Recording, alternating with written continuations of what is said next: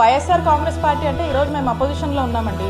అపోజిషన్లో ఉన్నాము, ప్రజల వాయిస్ లాగా ఉన్నాము, వాయిస్ ఫర్ ద పీపుల్ లాగా ఈరోజు వైఎస్ఆర్ కాంగ్రెస్ పార్టీ పనిచేస్తుంది. మీరు ఏవైతే మాటలు చెప్పి అధికారంలోకి వచ్చారో కూటమి ప్రభుత్వము, మరి మీ హామీలన్నీ ఏమైనాయి అని ఈరోజు సోషల్ మీడియా వేదికగా మా వైఎస్ఆర్ కాంగ్రెస్ పార్టీలో ఉన్నటువంటి యాక్టివిస్టులు కానీ ఫాలోవర్స్ కానీ ప్రశ్నిస్తే మీరు ఆ ప్రశ్నించడం తట్టుకోలేక అలా మమ్మల్ని ప్రశ్నించొద్దు, సో ఈ సోషల్ మీడియా ప్లాట్ఫామ్స్లో ఏ ప్లాట్ఫామ్స్లో మమ్మల్ని ప్రశ్నించొద్దు అనేటువంటి ఒక ఇది ఉంది కాబట్టి, ఎందుకంటే వాళ్ళు చేయడానికి కూడా ఇలా చేసింది ఏం లేదు.